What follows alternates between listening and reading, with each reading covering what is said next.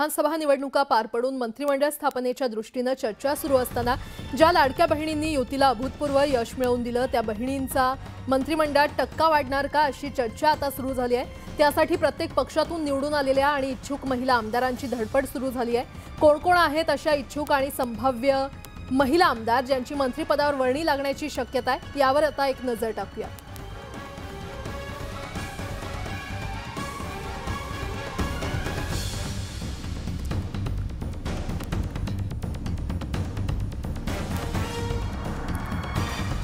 आणि या संदर्भात अधिक माहिती देत आहेत आमच्या प्रतिनिधी प्रणाली कापसे आपल्यासोबत जोडल्या गेलेल्या आहेत।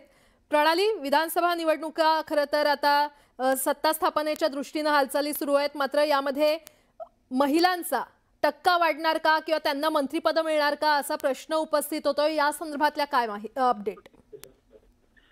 आपण बघितलं तर गेल्या वेळच्या मंत्रिमंडळामध्ये एक अदिती तटकरे सोडल्या तर इतर कुठल्याही महिलांना मंत्रिमंडळामध्ये स्थान नव्हतं आणि त्यामुळं यावेळेला ज्या बहिणींच्या नावावर ही संपूर्ण निवडणूक लढली गेली, ज्या महिलांचं मतदान मोठ्या प्रमाणावर महायुतीला पडलं, महायुतीला प्रमाणावर यश मिळालं, आता साहजिक आहे की विधानसभेमध्ये निवडून आलेल्या ज्या सगळ्या महिला आहेत त्यांच्या अशा पल्लवित झालेल्या आहेत। ज्या प्रमाणात महिलांनी यश मिळवून दिलंय त्या प्रमाणामध्ये महिलांना मंत्रिमंडळामध्ये स्थान सुद्धा मिळालं पाहिजे दबक्या आवाजामध्ये बोललं जाते। त्यामुळे प्रत्येक पक्षाकडून एक एक दोन आमदारांचे आहेत ज्या इच्छुक आहेत मंत्रिपदी। भाजपचा जर विचार करायचा झाला तर माधुरी मिसाळ असतील, पंकजा मुंडे असतील,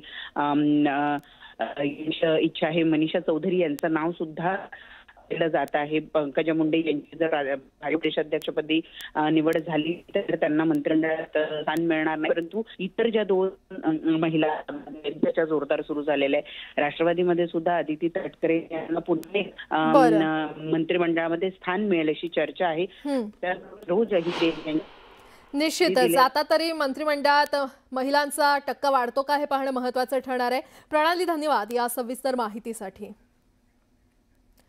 आता एक मोठी बातमी समोर येते। शिल्पा शेट्टी आणि राज कुंद्रा यांच्या घरी ईडीनं छापा टाकलेला आहे। मुंबईसह इतर 15 ठिकाणी छापेमारी करण्यात आली आहे, तर उत्तर प्रदेशात देखील काही ठिकाणी ईडीचे छापे पडलेले आहेत। मुंबईमध्ये शिल्पा शेट्टी आणि राज कुंद्राच्या घरी ईडीकडून छापा टाकण्यात आलेला आहे आणि मुंबईसह इतर 15 ठिकाणी ईडीनं छापेमारी केली असल्याचं कळतंय।